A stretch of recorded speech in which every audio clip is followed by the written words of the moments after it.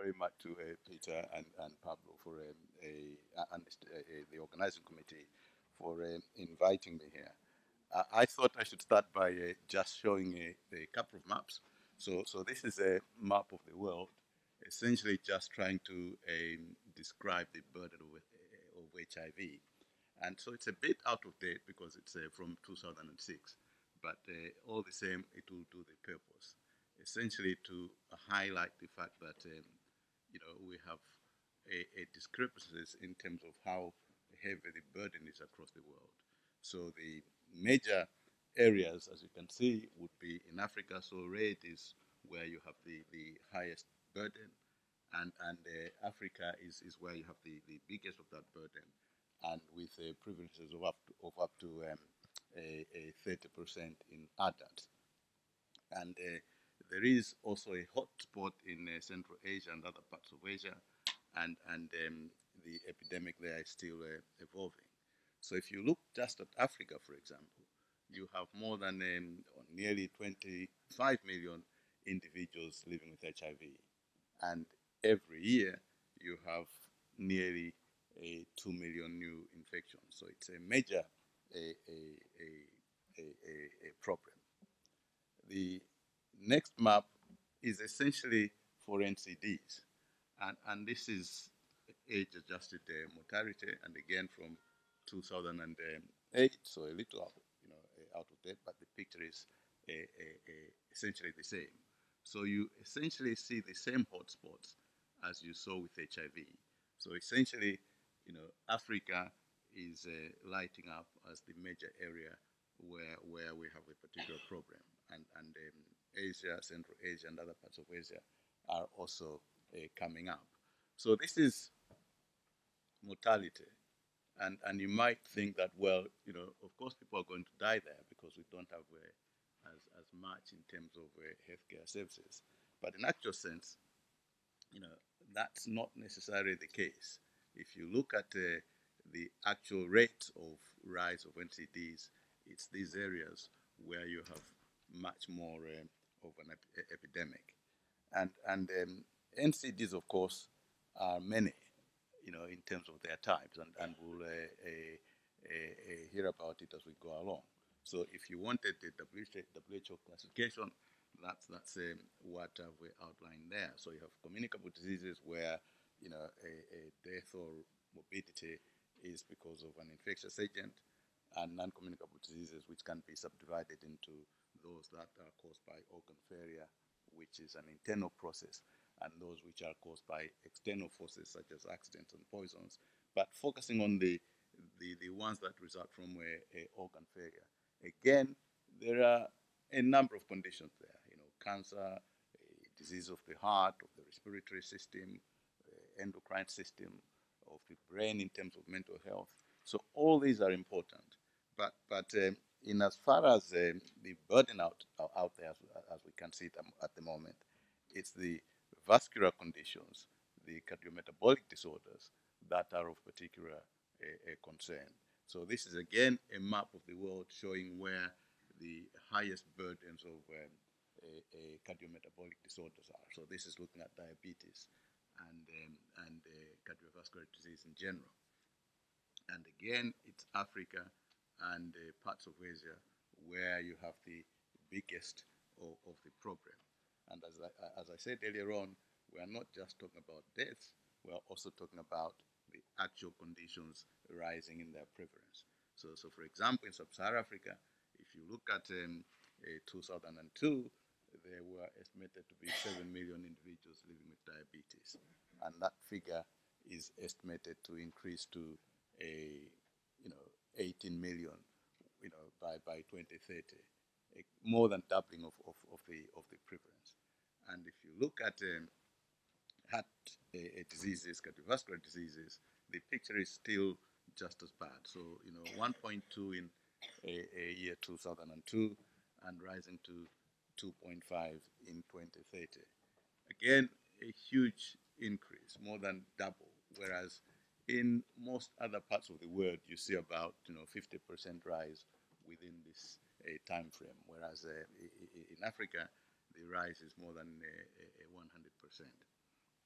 So, so the story that I want to bring out is that many countries where you see high burden of HIV is also the are also the regions where you see high epidemics of non-communicable disease, and that HIV and NCDs, as you can see from the maps, they tend to occur together, particularly in countries which are very poor. And this is also in terms of the morbidity and in terms of the mortality that comes with it. So one might ask, why is it that we see increasing a evidence of NCDs in people with HIV? I think we all know the answer, and the answer is that thankfully we've been very successful at treating HIV with the new regimes, antiretroviral regimes that control this condition. And if one is diagnosed with HIV in the UK today, they should expect a reasonably normal lifespan. So you might live up to 75 years or something like that. And these gains are not only being registered in countries like the UK or the US. We are also experiencing these gains in other parts of the world, including sub-Saharan Africa. And I just want to show you a map, a graph of what happened in South Africa. So before 2004, that's when the regime, that's when they scaled up their ART regime. Before that time, obviously, with the political non-commitment during the Mbeki years, there was some huge decline in life expectancy in parts of South Africa. And this is just looking at a rural area in KwaZulu-Natal, where we have a center called the African Center, where, again, another program that is funded by the Wellcome Trust through as a major overseas program. So they saw some significant decline in life expectancy, within a few years. And as I said, they instituted a very aggressive regime, a scale-up program for their ART delivery in 2004. And as you can see, that has brought about a steep rise in life expectancy within very a few years. And I understand that now they are talking of maybe 3 years added every calendar year. So that's a huge amount of improvement, and it shows how successful a scaling up ART can be and has been in South Africa. And obviously, these individuals are going to be living longer, and they will be exposed to the same environmental factors, risk factors for NCDs as each one of us. And therefore, they are bound to accumulate the risks for developing NCDs. And so now, if you look at someone with HIV, even in Africa, what you see is not a picture of someone dying because of opportunistic infections and things like that, but what you see is these very common conditions afflicting people with HIV, so hypertension, diabetes, pulmonary disease, cancer, osteoporosis, kidney disease, and things like that. So a picture of HIV has changed quite significantly within a relatively short period of time, as I said, thanks to the success of the ART programs. But it looks like, and there has been a huge amount of evidence over the last few years, that individuals that have HIV are at a much higher risk of these conditions than than those who are not HIV positive, suggesting that HIV itself may actually put someone at risk of developing NCDs. And so there's been a lot of work on this, and this is just a news about a paper that appeared in Annals of Medicine a just last month, suggesting that individuals with HIV have a much higher risk of plaque formation within their arteries, which is sometimes called a subclinical a, a, a cardiovascular disease. And so, pointing to the fact that, and this is just a very, very big study, comparing men who were HIV and those who were not, and showing that in actual sense, if you look at the arteries, individuals with HIV have a much higher risk of developing these plaques or atherosclerosis. Which is not surprising because there has been evidence over the years pointing to this. So this is another study from much further back looking at risk factors for cardiovascular disease, hypertension, diabetes, and lipid abnormalities.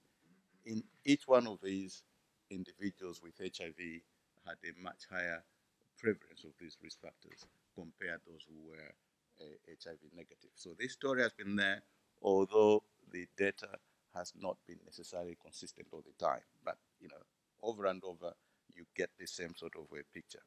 And even if you look at the hard endpoints themselves in terms of not just hypertension and diabetes, but if you look at heart attacks themselves, you find the same thing. So at each and every age that people have looked at, individuals with HIV, which is up here, have a much higher risk of having a heart attack than those who are HIV negative. So the story has been there fairly consistently, but as I said, because most of these studies have been conducted retrospectively, and in most cases the numbers have not been as huge, there have been some inconsistencies, but the general message is relatively the same. So what might be the driving factor for making individuals with HIV have a much higher risk of non-communicable diseases like vascular disease? Well, some of it may well be that these are individuals who may well have high frequencies of risk behavior. So, for example, they may be smoking more, they may be taking excessive amount of alcohol, they may have a sedentary lifestyle, which may then translate to increasing their risk of NCDs, and that's plausible, and there is evidence that that may be the case. But increasingly, it's understood that there may be more to it than just the traditional risk factors, and that HIV itself, through inflammation, through disturbing the endothelium, through making the environment within the body much more prone to coagulation, through activation of the immune system, that these processes themselves may lead to increased risk of cardiovascular disease. And there is a huge amount of interest now in the role of inflammation as a precursor or as a driver for heart disease. And people suggest that perhaps, when we become obese, we are fat, we have an inflammatory process within the fat tissue, which might actually drive the pathogenesis of cardiovascular disease. And HIV, being an inflammatory condition, may well contribute to this process in that way. So that's the second potential mechanism why individuals with HIV may have increased risk of a cardiovascular disease and metabolic disease. But the other interest is in the medication that we use to treat HIV themselves. And a number of ARTs, particularly the ones that were first used, have metabolic side effects. So they make your fat deposition a little bit abnormal. They may interact with your endothelium, and that in itself may increase your risk of heart disease. So traditional factors, HIV itself, as well as the potential side effect of antiretrovirals. All these may work together to contribute towards a much higher risk of cardiovascular disease in individuals with HIV. And this is just some of that evidence that points to a potential role for antiretroviral therapy. So suggesting that even for a particular age, the longer you are exposed to ART, the more likely you are to develop a cardiometabolic disorders. So these data have been, there for a long time, and have in a way contributed to a much more a much more increased focus in defining which antiretrovirals we should be using to try and curtail these side effects. But for most of us living in countries where we can't afford these sophisticated new regimes, we are still exposed to potentially toxic agents, which will lead one to developing non-communicable diseases. And this is just to emphasize again that not every antiretroviral agent will carry with it a risk of cardiometabolic disorder. So this is essentially pointing to the fact that, at least in these initial stages, it was the protease inhibitors that were associated with cardiometabolic disease much more than the non-nuclease reverse transcriptase inhibitors. And what about, in Africa, where I come from? Because the evidence may not necessarily be the same in every part of the world. The problem that we have in that part of the world is that, and in most other developing countries, is that the data is not there. So studies have not been done in a robust fashion to try and understand the problem. As I said, even within the developed communities, the data is relatively inconsistent. So you can just about imagine what a potential problems one might find if you look at data from Africa.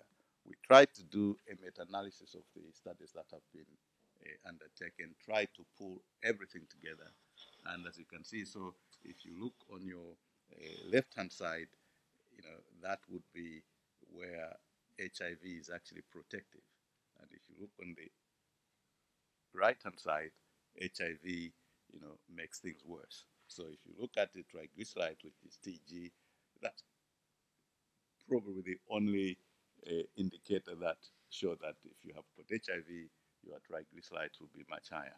But LDL, HDL, systolic blood pressure, diastolic blood pressure, some, HB1C, somehow they all seem to improve with someone being HIV positive, which is a bit puzzling.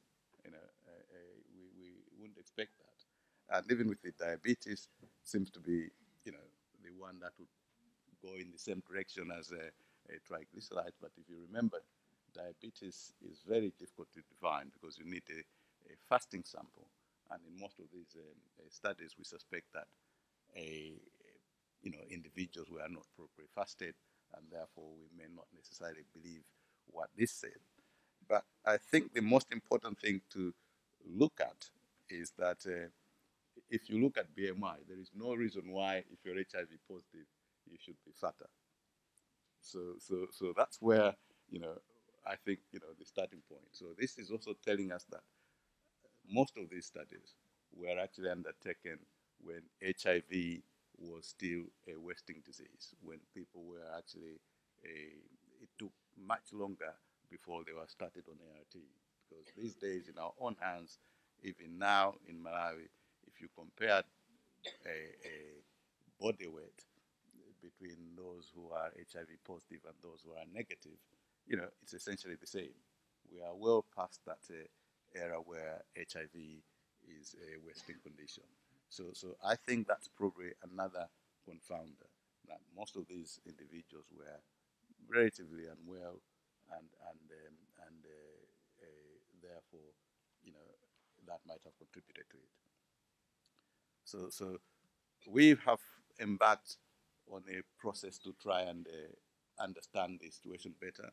As Shaba said earlier on, and Pablo, we have a huge a study going on in Malawi, a community-based study to understand the true burden of NCDs as well as the driving factors.